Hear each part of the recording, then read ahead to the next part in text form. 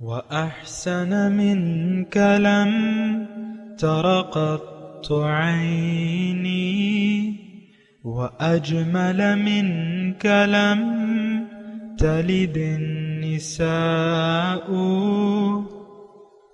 خلقت مبرأ من كل عيب خلقت مبرأ من كل عيب كأنك قد خلقت كما تشاء.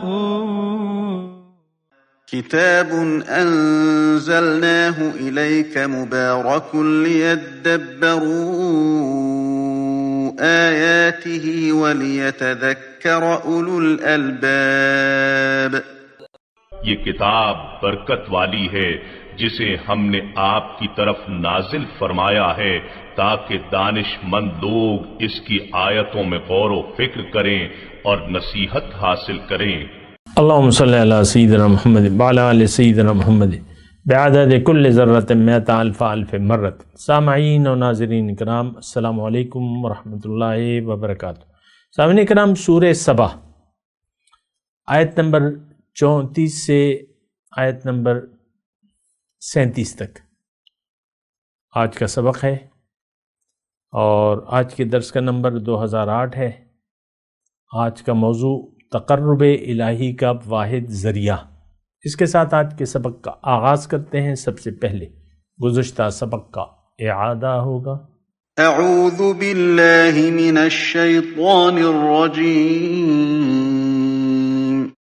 پناہ مانگتا ہوں میں اللہ کی شیطان مردود سے.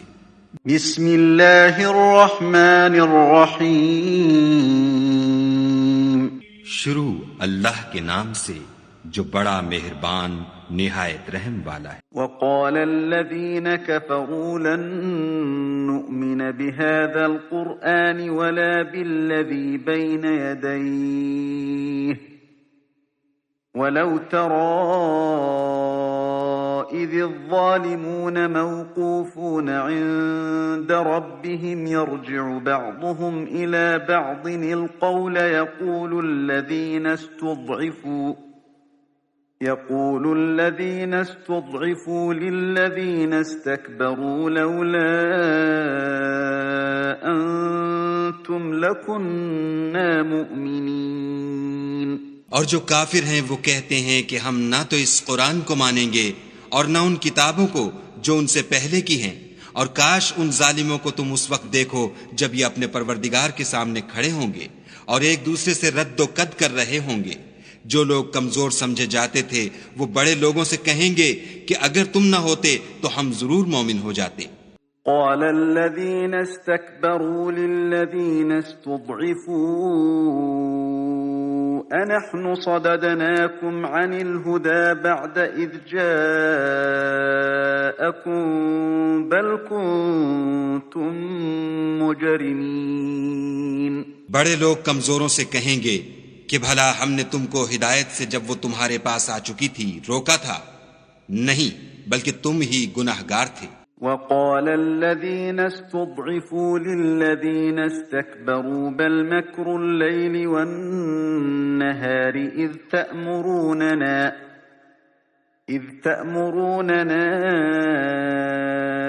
أن نكفر بالله ونجعل له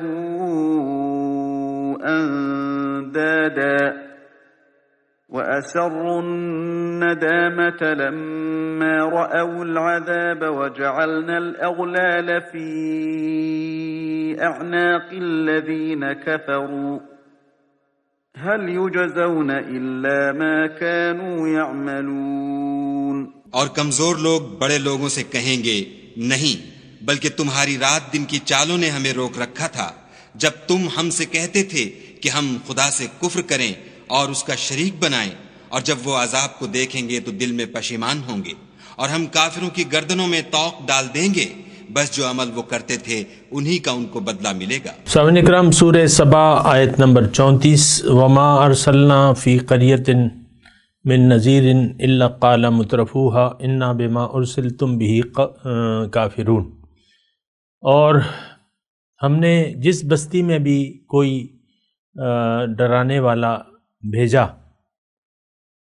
ما ارسلنا ہم نے نہیں بھیجا، فی قریۃ کسی بھی بستی میں، من نذیر کوئی ڈرانے والا، الا قال مترفوہا لیکن وہاں کے خوشحال لوگوں نے کہا، انا بما ارسلتم بہ کافرون کہ جو چیز تم دے کے بھجوائے گئے ہو ہم اس کے قائل نہیں ہیں، ہم اس سے انکاری ہیں۔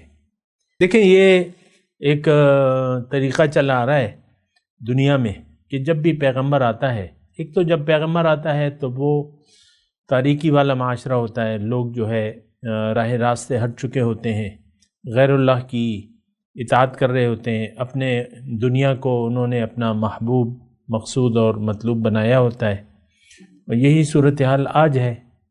اور یہ دیکھیں یہ ماضی کا قصہ نہیں ہے، جو 34 نمبر آیت ہے یہ گزشتہ قوموں کے احوال تو اللہ تعالیٰ بیان کر رہے، لیکن ہمارا مسئلہ بھی آج یہی ہے۔ ہم میں سے کوئی بھی شخص حضور صلی اللہ علیہ وسلم کی دعوت کو سننے کے لیے بھی تیار نہیں ہے۔ آپ مجھے بتائیں کہ عمر کے کس حصے میں آپ نے کسی اہل اللہ کے پاس جا کر اور ان سے پوچھا ہو کہ بھئی دین کی حقیقت کیا ہے، یہ کیوں آیا ہے، میں کون ہوں، مجھے اللہ تعالیٰ نے کیوں پیدا کیا ہے، میں نے کرنا کیا ہے، میری منزل کیا ہے، منزل کا راستہ کیا ہے، میں آپ سے ذاتی طور پہ پوچھ رہا ہوں۔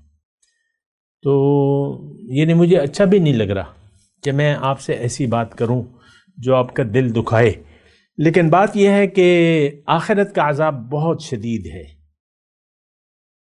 اس سے پہلے کہ وہ ہم کو آلے اور ہم اس دنیا سے چلے جائیں بے خبری کی حالت میں، تو یہ خبرداری کرنا جو ہے وہ بہت زیادہ ضروری ہوتا ہے۔ یہاں بھی اللہ تعالیٰ نے فرمایا نذیرن، ڈرانے والا۔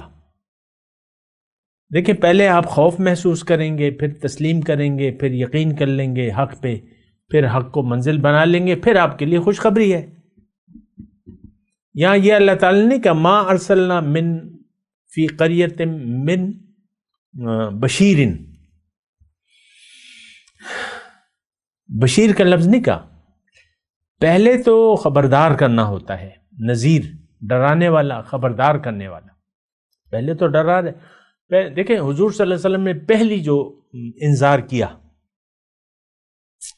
کوہ صفا پہ چڑھ کے سب لوگوں کو بلایا اور کہا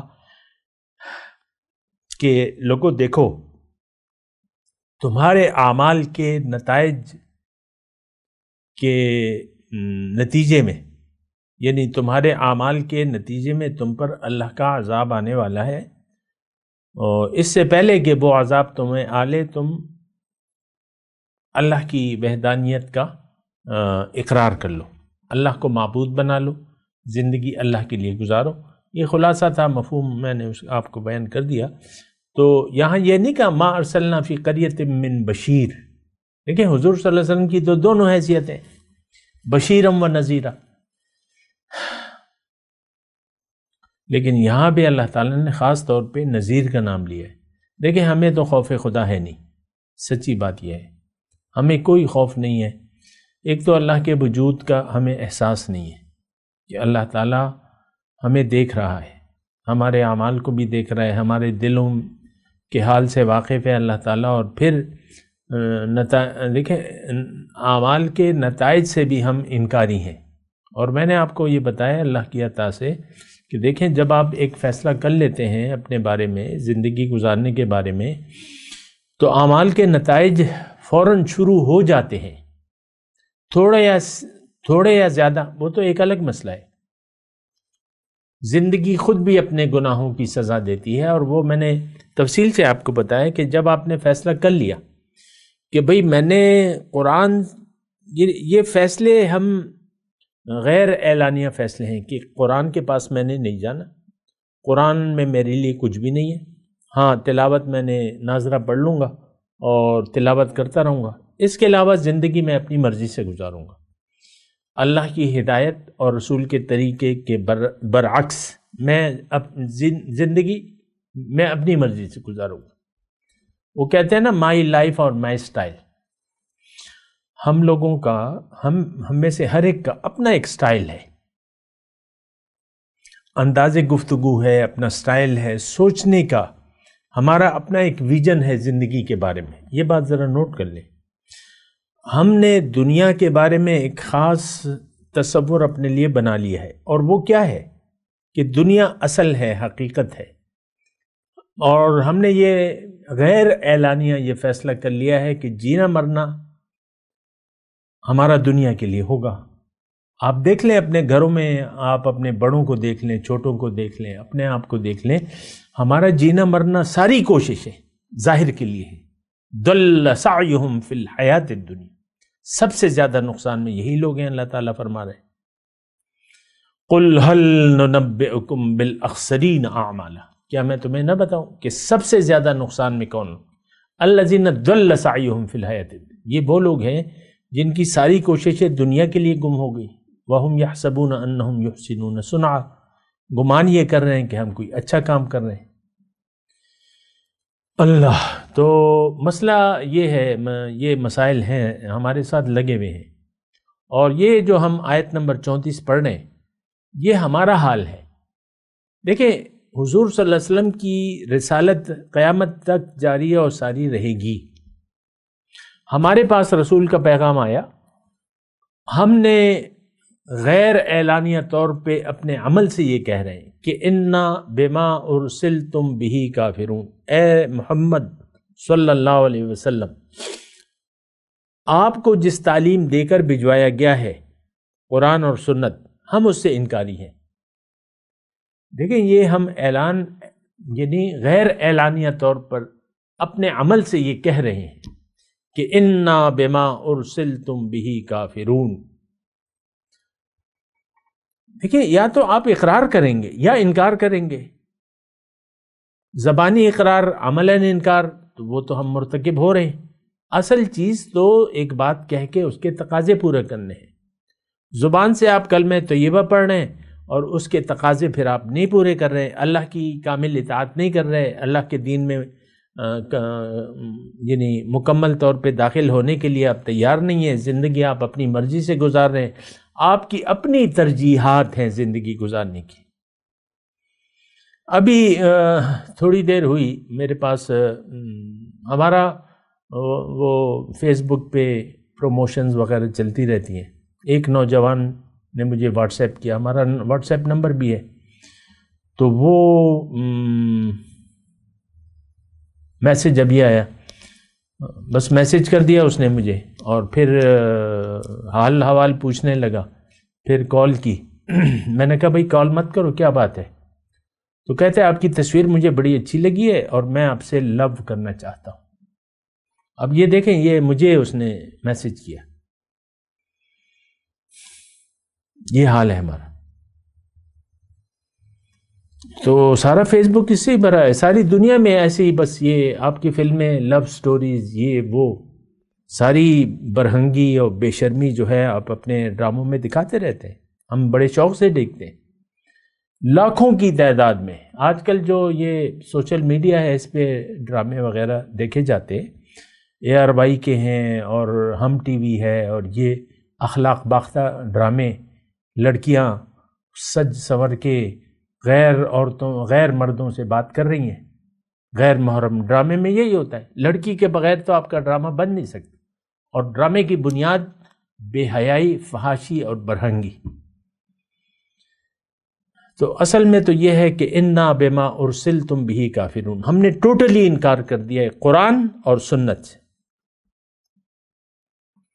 وقالوا نحن اکثر اموالا واولادا وما نحن بمعذبین، اور یہ کہتے ہیں کہ ہم تو بہت سا مال اور اولاد رکھتے ہیں اور ہمیں عذاب نہیں ہوگا.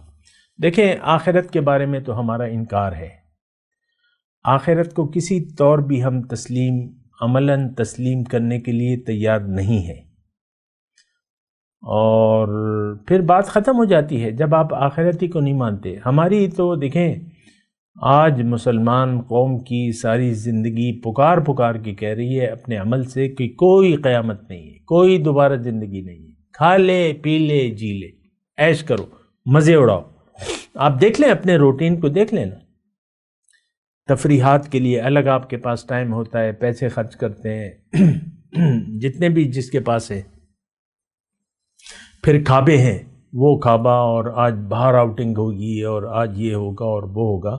میں یہ کہہ رہا ہوں یہ حرام نہیں ہے، لیکن اگر آپ سارا رخ جو ہے ظاہری کی طرف کر لیں اور ظاہر ہی سے آپ یعنی مزے اڑانا شروع کر دیں، یہ بات ہے مزوں کی.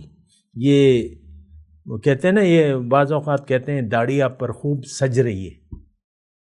بھئی داڑھی تو سنت رسول ہے، اس میں سجے نہ سجے بس تو ایک حکم ہے اور آقا کا طریقہ ہے. اور بعض لوگ تو کیا کیا کھیل کرتے ہیں داڑھیوں میں. بہرحال میں اس کی تفصیل میں نہیں جاتا، لیکن بات یہی ہے، یہ ہمارا حال بیان ہو رہا ہے. قل ان ربی یبسط الرزق لمن یشاء ویقدر، آپ ان سے کہہ دیجئے کہ جہاں تک رزق کی فراوانی کا تعلق ہے تو اس بارے میں کسی کو دھوکہ نہیں ہونا چاہیے. میرا رب جو ہے فراخ کر دیتا ہے رزق جس کا چاہتا ہے اور تنگ کر دیتا ہے جس کا چاہتا ہے، لیکن اکثر لوگ علم نہیں رکھتے. یعنی دیکھیں رزق کی تقسیم جو ہے یہ اللہ تعالیٰ نے کر دی ہے، یہ اس کی حکمت ہے، اس میں کافر اور مسلمان کی کوئی تفریق نہیں ہے. حضرت عثمان کے پاس بہت دولت تھی، حضرت علی کے پاس کچھ بھی نہیں تھا. وہ شادی جب ہو رہی تھی تو ایک زرہ حضور نے فرمایا کچھ تو ہوگا علی مہر کے لیے. انہوں نے کہا ایک زرہ ہے یا ڈھال ہے یا زرہ تھی. حضور نے فرمایا جاؤ بیچ دو اس کو. پھر حضرت عثمان نے خرید لی، پھر واپس بھی کر دیا اور پیسے دے دیے.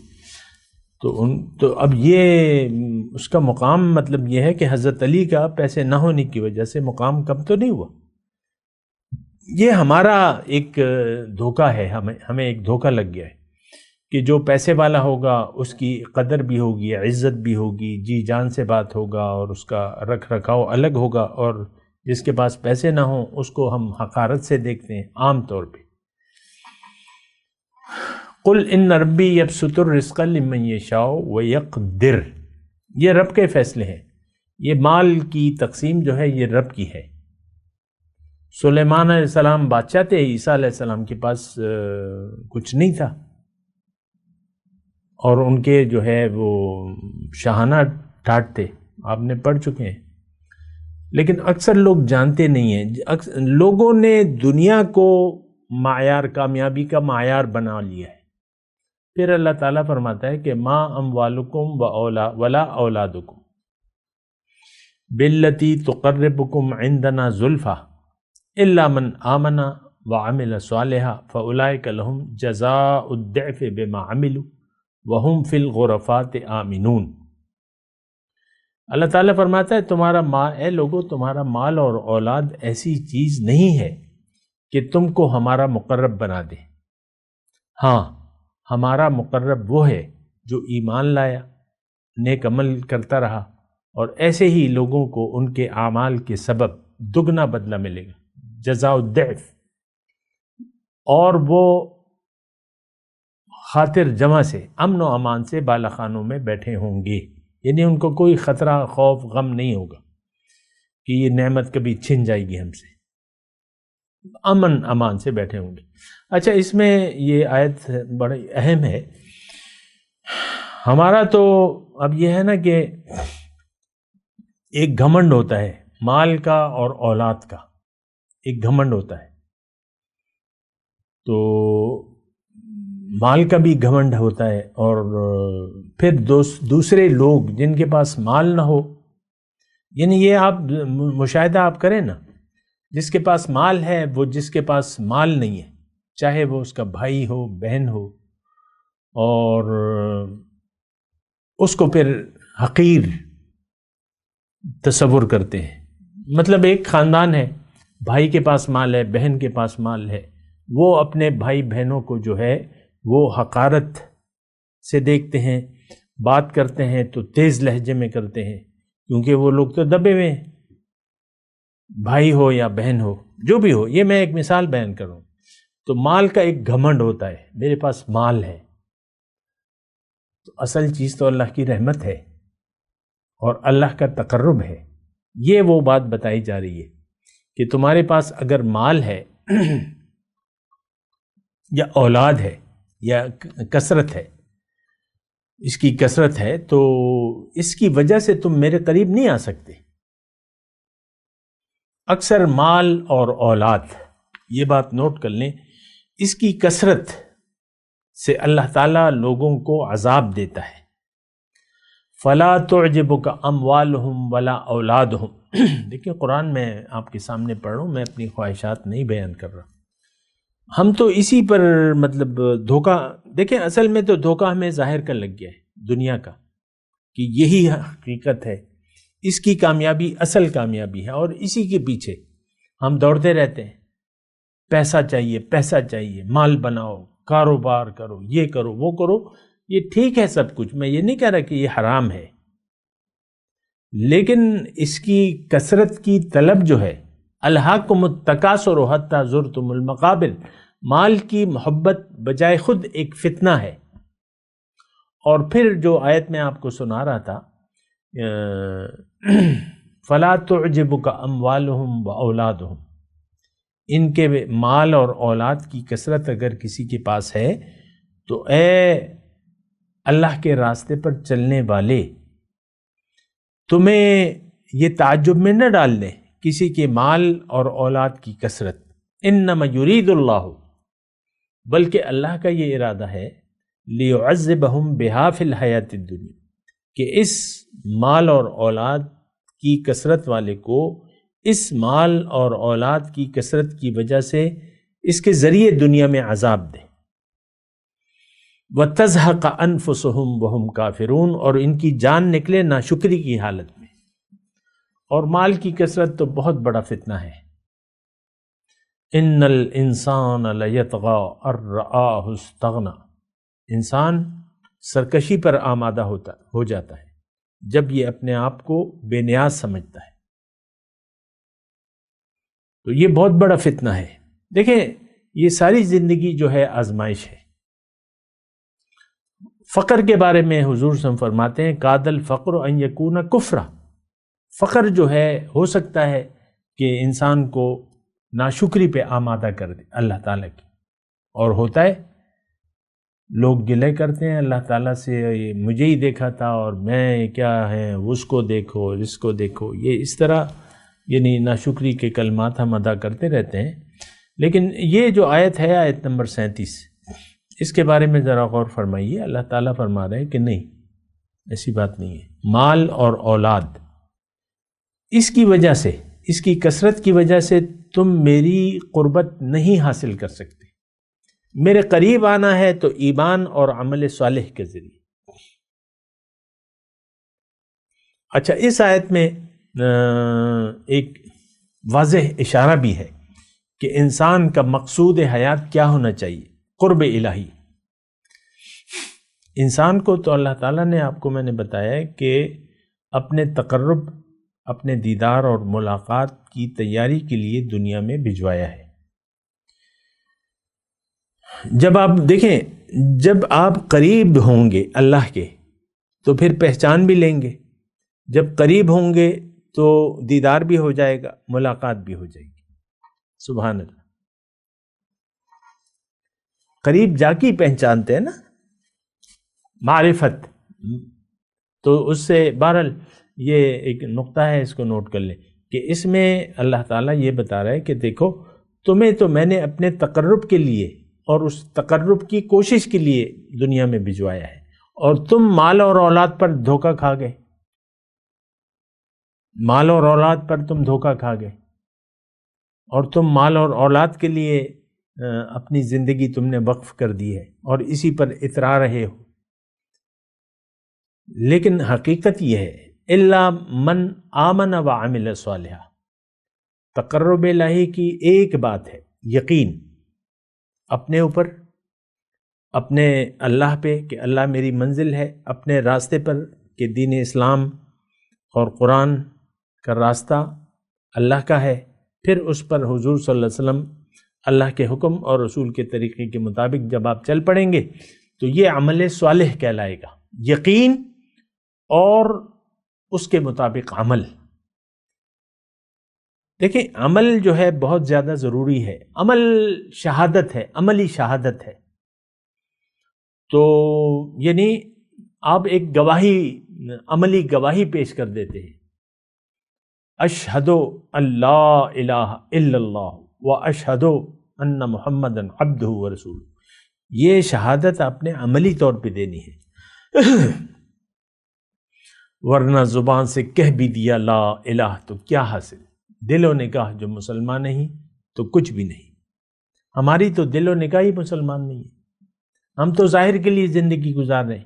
اللہ کا تقرب جو اس آیت میں واضح طور پہ اللہ تعالیٰ بتا رہے کہ دیکھو اگر تم نے میرے نزدیک آنا ہے تو تم ایمان، اس کے لیے شرط کیا ہے؟ الا من آمن وعمل صالحا.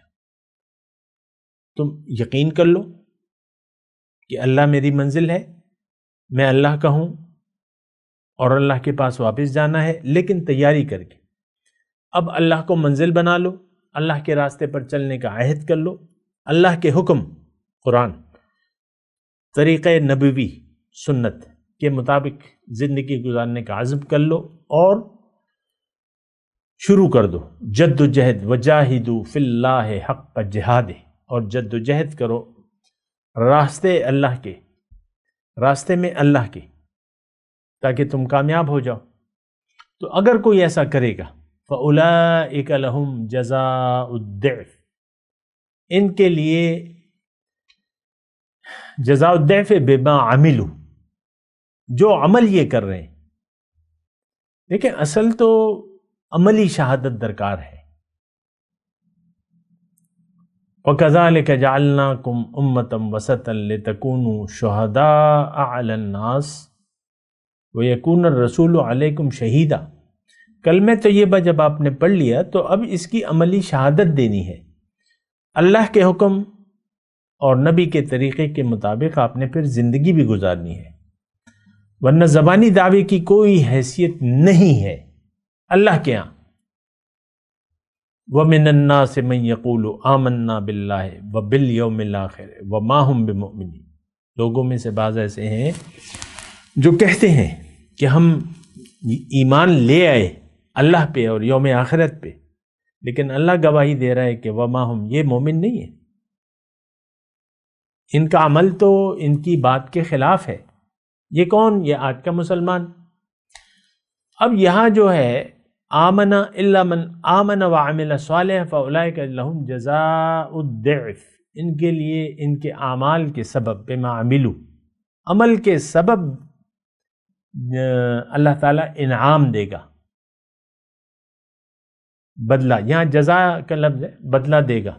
تو بدلہ دیکھیں، جنت تو ایک تو یہ ہے کہ اللہ کے فضل سے ہوگا، لیکن اس کے لیے شرط، واحد شرط ایمان اور عمل صالح ہے. ہمارا نہ تو ایمان ہے یقین اور نہ ہمارا عمل صالح ہے. یہ دونوں باتیں ہیں. وَهُمْ فِي الْغُرَفَاتِ آمِنُونَ، اور وہ امن و امان سے اپنے بلند و بالا محلات میں بیٹھے ہوں گے. آمنون کا مطلب یہاں یہ آتا ہے کہ ان کو کوئی خوف نہیں ہوگا کہ کبھی ہم نکل جائیں گے. یہاں تو آج وزیر اعظم ہے، کل جو ہے جلا وطن ہو جاتا ہے یا پھانسی پہ چڑھا دیا جاتا ہے. ہمارے تاریخی میں ہے نا، ذوالفقار علی بھٹو وزیر اعظم تھے تو ان کا تختہ الٹ دیا گیا، پھر مقدمہ چلا، پھر پھانسی پہ لٹکا دیا گیا. یہاں تو امن نہیں ہے، یہاں تو کسی چیز کو دوام نہیں ہے، اور یہاں تو دھڑکا لگا رہتا ہے کہیں ایسا نہ ہو جائے اور کہیں ویسا نہ ہو جائے. لیکن جب آپ جنت میں اللہ کے فضل سے جب داخل ہوں گے تو وہاں پر اب ہم فیہا خالدون، ہمیشہ. سبحان اللہ، کیا کہنے. وہم فی الغرفات آمنون. میں تلاوت کرتا ہوں، میرے ساتھ دہرائیے. اعوذ باللہ من الشیطان الرجیم، بسم اللہ الرحمن الرحیم. وما ارسلنا فی قریۃ من نذیر الا قال مترفوها انا بما ارسلتم به کافرون وقالوا نحن اکثر اموالا واولادا وما نحن بمعذبین قل ان ربی یبسط الرزق لمن یشاء ویقدر ولكن اکثر الناس لا يعلمون وما اموالكم ولا اولادكم بالتي تقربكم عندنا زلفى الا من آمن وعمل صالحا فاولئك لهم جزاء الضعف بما عملوا وهم في الغرفات آمنون۔ اب ان آیت کی تلاوت اور ترجمہ۔ اعوذ باللہ من الشیطان الرجیم۔ پناہ مانگتا ہوں میں اللہ کی شیطان مردود سے۔ بسم اللہ الرحمن الرحیم۔ شروع اللہ کے نام سے جو بڑا مہربان نہایت رحم والا ہے۔ وما ارسلنا فی قریۃ من نذیر الا قال مترفوها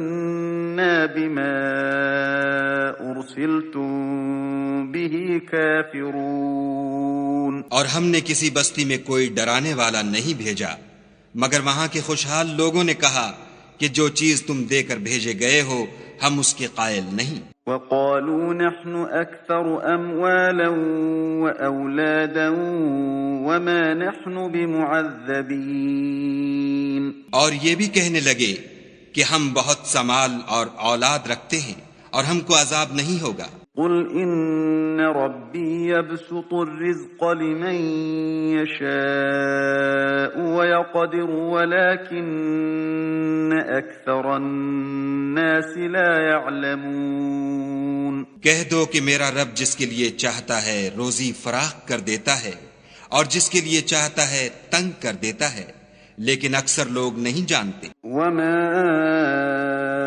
اموالکم ولا اولادکم بالتي تقربكم عندنا زلفى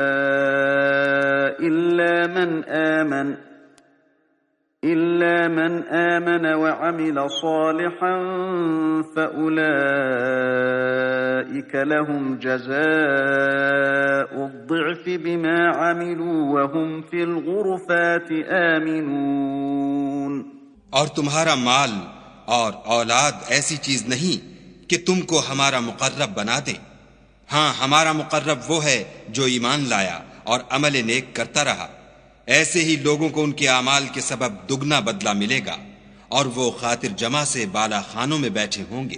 اس کے ساتھ ہی آج کے درس کا وقت اختتام کو پہنچا۔ اگلے درس میں انشاءاللہ ملاقات ہوگی۔ وآخر دعوانا ان الحمدللہ رب العالمین، والسلام علیکم ورحمۃ اللہ وبرکاتہ۔ مولاي صل وسلم دائما ابدا على حبيبك خير الخلق كلهم۔